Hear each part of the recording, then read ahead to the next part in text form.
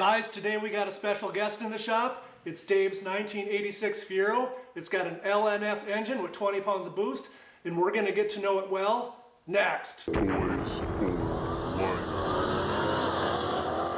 Dave Storlien is the owner of this Fiero, and he's probably forgotten more about engine performance and building than I'll ever know. Check this out. But then things started to shake up. Here's why. Dave Storlien with Porting Dynamics, who yesterday cut a deal with Custom Chems and literally shook things up quick. Some serious dyno pulls put him on the board, pushed everyone else back. Ultimately, Dave entered the Engine Masters Challenge 7 or 8 times and placed second in 2002 and again in 2011.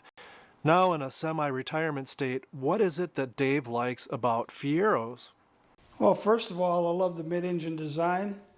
I love the lightweight car. I love the size of the car. It's something you can get into and not spend a lot of money on. I had an original Iron Duke in it. I had that making 200 horsepower. Out of an Iron Duke, that's something, because they had like 96 to start out with, right? And then I wore the crankshaft out, so then I decided why not upgrade to the most modern engine, so I thought a turbocharged LNF engine, which I found in a junkyard with 11,900 miles on it. I did all the conversion, built all the mounts, built the exhaust system, the turbo system, the intercooler system. It's got a Mega Squirt 3 computer system in it, all self-learning. I've had help from numerous people that have been really good at helping with the paint, the body work, the engine installation, the engine tuning. So it's been a labor of love. So, and it, everything goes in graduations, so it's been steps here and there. It gets better and better, and it's a lot of fun, and especially when you share it with people. This car was originally my grandson's car. It was painted in 2008, and we actually put it in a car show with his name on the car. And then I bought another 88 that he was driving, because I got this one modified. It probably wasn't the thing that he needed to drive, so. What kind of tires, what kind of wheels are on there? Are those 17s? Yeah, they're 17s, they're Inkies, and the tires are as big as we can get on the car.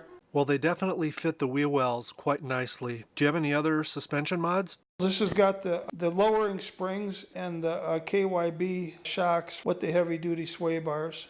Dave added the hood vents that I'm going to copy to keep the pesky headlights from popping up every time you're over 100 miles an hour. Now my favorite part, let's zero in on the details of the LNF build. The engine came out of a Sky Red line, so it's a 2-liter LNF, which has been highly modified. It's got a Gen 3 block. It's got K1 rods and diamond pistons. I've taken the direct injection out and put port injection with 60-pound nozzles. Right now, the limiting factor on this engine is the stock factory turbo, as you can see, which is a real tight fit in this car. If you look at how close the turbo is to the firewall and how close the intake manifold is to the front firewall, it's pretty shoehorned in there. It also has a water-to-air intercooler that will support 600 horsepower. It's got the factory coils, the aftermarket comp cams that I had custom ground that I designed myself. I ported the cylinder head. The intake manifold has a V8 throttle body on it with a cable system to run with the Fiero gas pedal. And hopefully this thing will put 400 horsepower to the wheels. So Dave, this has me really intrigued. You've got what looks like a rocker switch and then a moment switch, but then you've also got the Fiero shifter. What's going on here? Okay, this here comes with the e-tronics shift control. And this is upshifting here. You can watch the gauge. Second, third, fourth. Push that button. That's the lockup torque converter.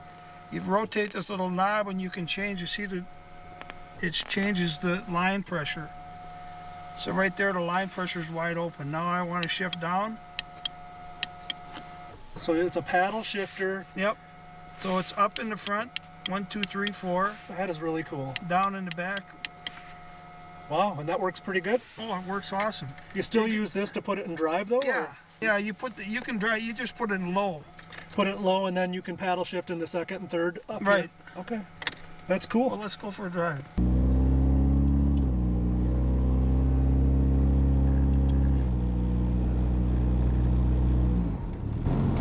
The little motor's got so much torque that it's just You can just shift up so quickly, it's unbelievable. I don't know if we got enough temperature in the engine to do anything with.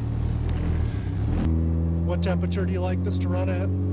Well, it doesn't come up on the program till 140, so, you know, so right now it's running strictly off the map.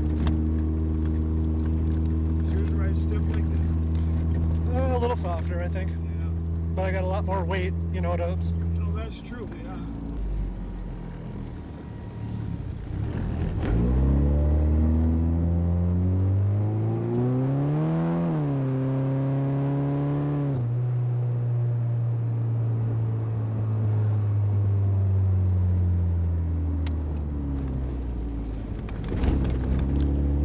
We do have an awful lot of comps around here, so I would...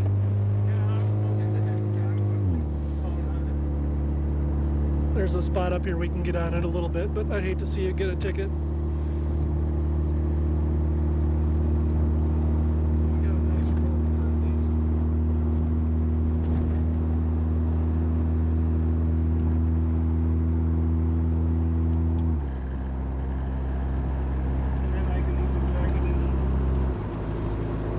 That's for the lockup torque converter.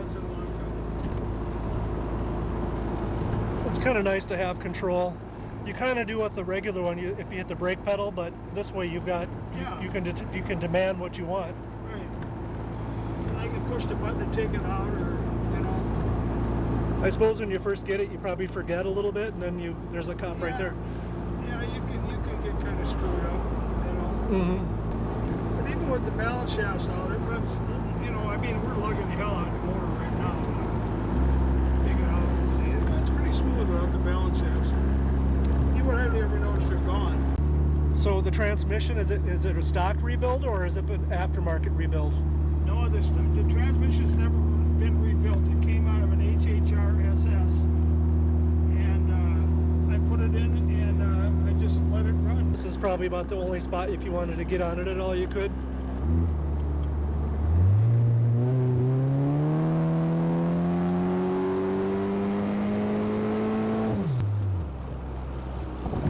That's pretty cool. I can't wait till I get the water meth hooked up. I mean, I'm barely in the throttle. Yeah, that goes pretty good. So what's next for Dave and his LNF Fiero? He wants to finish installing his meth injection system so he can get the car back on the chassis dyno, get that boost turned up to 29 pounds, and get the tune dialed in. But what's his end game? It's not what you might think. It's not the quarter mile.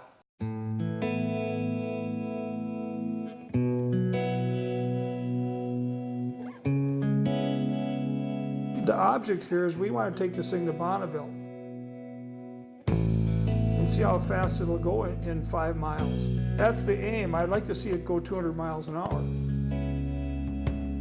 There's going to have to be some aerodynamic mods done to the body yet, especially the back end of with this square window back here. And you mentioned that there's a lot of people that have put a lot of time into helping you. Is there a couple people that you'd like to thank? Yeah, there's 4 or 5 people. Andrew, Sergio, Pat, Travis, and Al at the university, Minnesota State University. They've helped me a lot with things that I couldn't have done anyplace else.